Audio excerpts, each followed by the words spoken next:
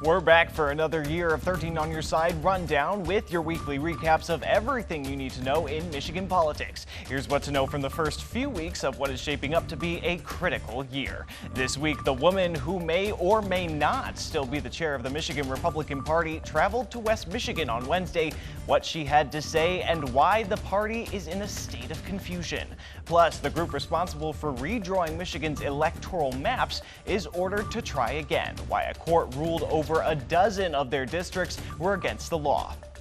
And a number of new laws passed last year are taking effect or set to do so in the coming weeks, what we can expect to change and when. I'm Josh Alburtus, and this is your 13 on Your Side Rundown.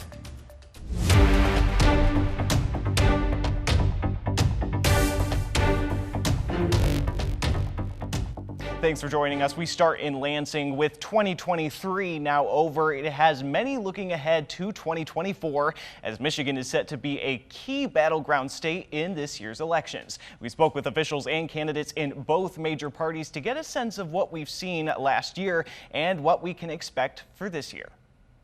As the gavel hammers down on the end of another year in Lansing, and as Michigan looks ahead to its place as one of the most important battlegrounds in the 2024 elections, top officials are looking back on a busy year as full Democratic control in Lansing has allowed the party to move quickly on its priorities. Whatever we're talking about, whether it's the budget or policy matters or, complicated energy policy, I'm always thinking about what this means for families and children in my district. It's been a session that's expected to have big impacts on the ground in West Michigan, including in Grand Rapids, home to the state's current and first female Senate Majority Leader. Some of our highlights include the earned income tax credit for working families.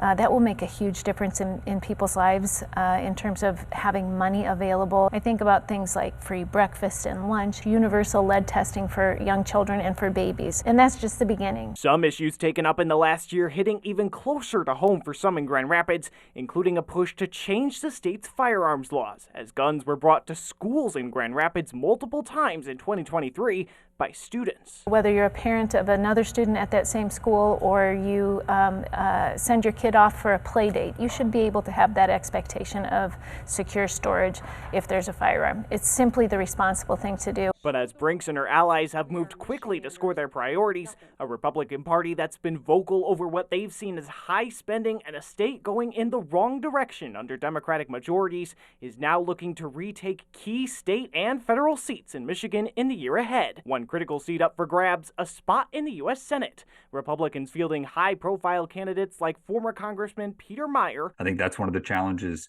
in politics generally, but especially in the Republican Party, is a lot of folks who just go along to get along.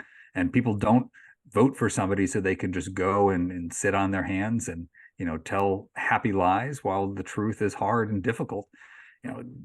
I'm running because I am more than happy to have those conversations. Facing off against other high-profile names like former Congressman and House Intelligence Chair Mike Rogers. Leadership to me is important, and leadership means you're going to have to sit in a room with people you disagree with on many, many things. Can you get those folks to do something that's good for the country and good and holds true to your principles? I have proven it. And so I think that is absolutely critically important for anybody we send back. And former Detroit Police Chief James Craig, who has aligned his campaign priorities heavily with former president and current Republican presidential frontrunner Donald Trump. But between Craig and a more moderate candidate in Meijer, who voted while in office to impeach the former president, Rogers wouldn't say if he'd seek the former president's endorsement, but said it's time for a change for people in Michigan in Washington. It's a proven conservative, I am, that's shown leadership in difficult times in Washington, D.C., who left it behind the way you're supposed to do and not be there forever on my own volition. And so all of those things we're finding is talking to a whole different stripe of Republicans, and we're talking to independents. And we've even had Democrats call our campaign and say, you know what, I want normal back, I'm interested, let's talk. All of that tells me that we're right messaging, right direction, good for the country. Let's get this thing done and get started about getting things back on track.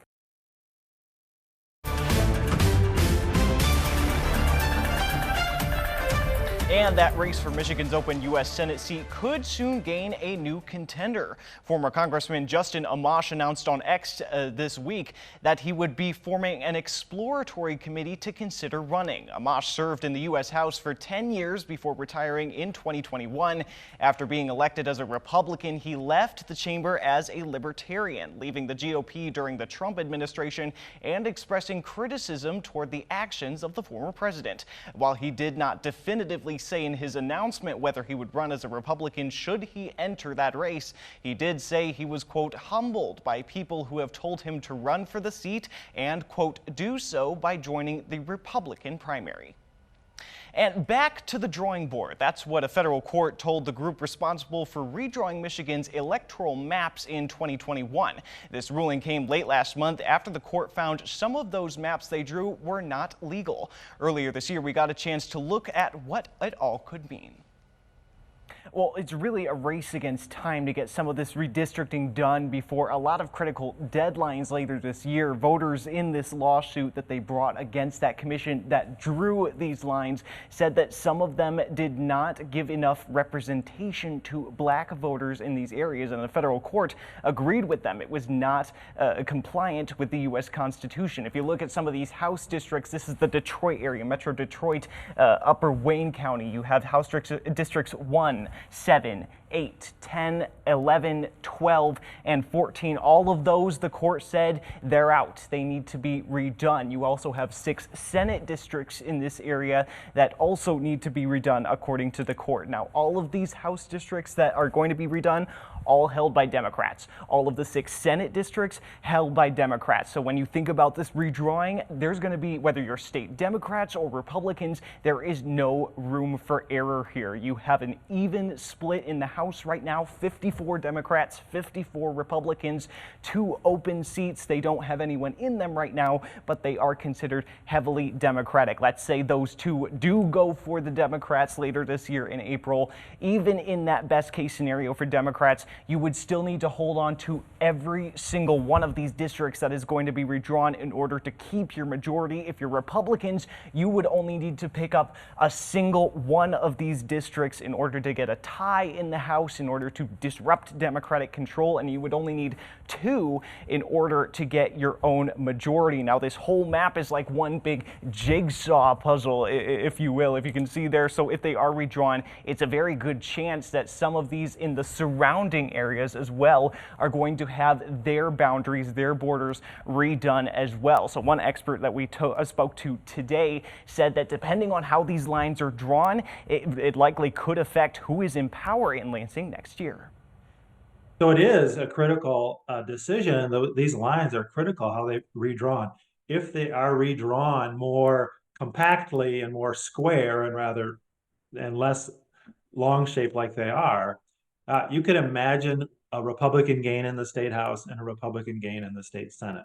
And given how close the state legislature is, yeah, you could imagine that the control of the state legislature would depend on these lines. And sessions to redraw those districts did begin this week. A court has now ordered that those districts be redrawn by February 2nd. And in Ottawa County, a controversial member of the Michigan Republican Party spoke to local Republicans on Wednesday. Christina Caramo is facing uncertainty as to whether she remains the chairwoman of the party. She was in Allendale to answer questions from local Republicans, and the theme seemed to be more of an appeal to a grassroots side of the Republican Party. There was a lot of discussion over local organizing, unifying local areas, at the same time as there have been themes of conflict in the larger state party. Caramo began the night by addressing the crowd, talking about what the party was crafting in terms of organizing programs, and then took questions from local precinct delegates who serve as kind of go-betweens from local precincts to the state party. Now, some of those had to deal with what the strategy would be going into the election year, what can be done on the individual level, and others were related to Caramo's time at the helm amid not only some state party officials voting to oust her earlier this month, but also amid Comerica bank, alleging this month in a court filing that the party had defaulted on a $500,000 loan. At this town hall, she pushed back on those topics, asserting that she believes the vote to oust her was not official, she won't recognize it, and that the party's financial situation, while behind the goals she set, wasn't, in her view, as dire as some may think. The Michigan Republican Party, me as chair, I know there's an individual claiming that they're chair. They're not. I'm still legally the chair. The thing about it is, I hate to say what you can trust and you can't trust. I would just say look at the information and look at the accusations. Look at the accusation and what evidence do they provide to substantiate their accusations. Because anybody can throw out accusations. It's very cheap. It's very easy. But what claims do they make to substantiate their accusations? Now, according to reporting from the Associated Press, it was unclear whether enough state officials were at that meeting earlier this month to officially oust Karamo, but one member did tell the AP that state party co-chair Melinda Pago would be serving as the acting chair.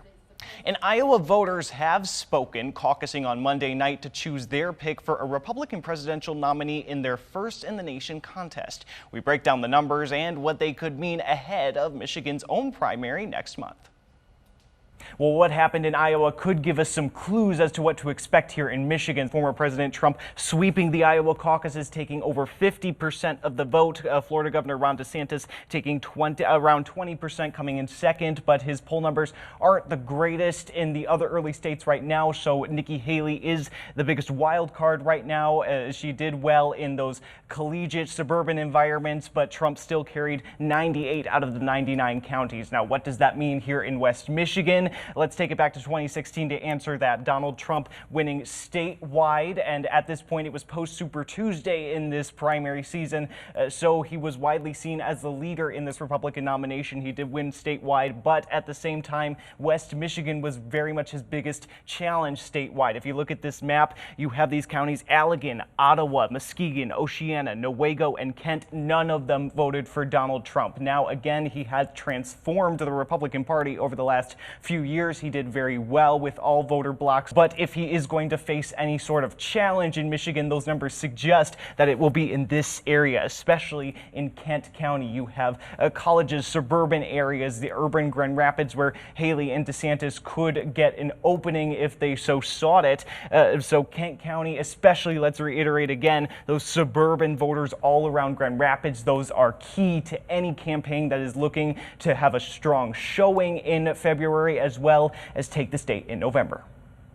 Kent County and not only the whole county, but the different parts of the county are really a bellwether for what is happening in the nation.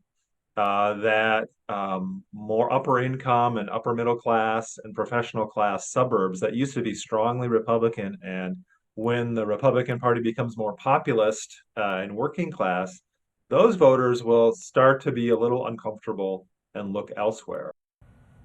And any registered voter in Michigan can take part in the primary next month, but dependent on that, it could muddy the waters. But whether Haley or DeSantis have enough steam to challenge Trump come Michigan will really depend on what we see in New Hampshire next week and in South Carolina just 3 days before Michigan goes to the polls in late February. And as former President Trump balanced his presidential campaign with his current legal troubles, the Michigan Supreme Court ruling late last month that he will be allowed to stay on the state's February 27th primary ballot. Trump had been at the center of a lawsuit which argued he should be disqualified from future elections after alleged attempts to overthrow the results of the 2020 election. The Michigan Court of Appeals ruled in favor of Trump, allowing his name to be included on ballots in the future. The state Supreme Court decided not to hear an appeal of that decision, with the majority ruling that they were not convinced it was a question for their court. And new laws passed in Lansing this past year are beginning to take effect these first few months of 2024. January 1st brought a mandated increase in our state's minimum wage from $10.10 an hour to $10.33 an hour. Also going into effect this year are expanded protections for members of the LGBTQ+ community. Michigan also became the first state in decades to repeal a right-to-work law that allowed workers to opt out of paying union dues and fees in unionized organized workplaces. Several gun safety laws, including safe storage and universal background checks, are also going into effect this year. And a new election law will allow anyone as young as 16 to pre-register to vote and be automatically able to cast their ballot in the first election following their 18th birthday. Now, most of the bills won't go into effect until February 13th, 91 days after the state legislature adjourned in 2023. And as election season draws closer, places across the country are seeing an exit of election workers who are key to making sure elections run smoothly and properly. And as January 18th marks the first day Michigan voters can get and drop off absentee ballots for the state's February primary, we spoke with the Kent County Clerk about how you can help. We're in full swing. Kent County gearing up with others around the state ahead of an early presidential primary and busy elections ahead in 2024. One thing they need, especially given new state requirements for more early voting days, is people to work them. We're talking about at least 170 additional workers to add to our ranks of 1,500 to 2,000. That 170 number is just for the early voting. Now they're asking for help amid the new requirements and a nationwide environment that has seen many election workers consider leaving the job. A 2023 poll of election workers from the Brennan Center for Justice found that 1 in every 10 officials surveyed said they were unlikely to continue serving, and over half of those surveyed were concerned over threats, harassment, and intimidation. My message to potential election inspectors is don't be intimidated, don't be afraid, just do it. It's a really rewarding and fulfilling experience. Luckily, the Kent County Clerk said she hasn't seen any kind of mass exit here, but with the critical role Kent is expected to play for the nation this year, the county is encouraging anyone who qualifies to apply for these paid positions. There are certain requirements. You have to be a registered voter. However, 17 and 16-year-old individuals who are residents of Michigan can also work the polls in addition to the election inspector. Those who apply will also need to attend training from the county and declare a party affiliation to make sure there's balance at the polls. And that's the rundown for your week in Michigan politics. Be sure to keep up with all the top political stories of the week, both on air and online at 13onyourside.com. We'll see you next week.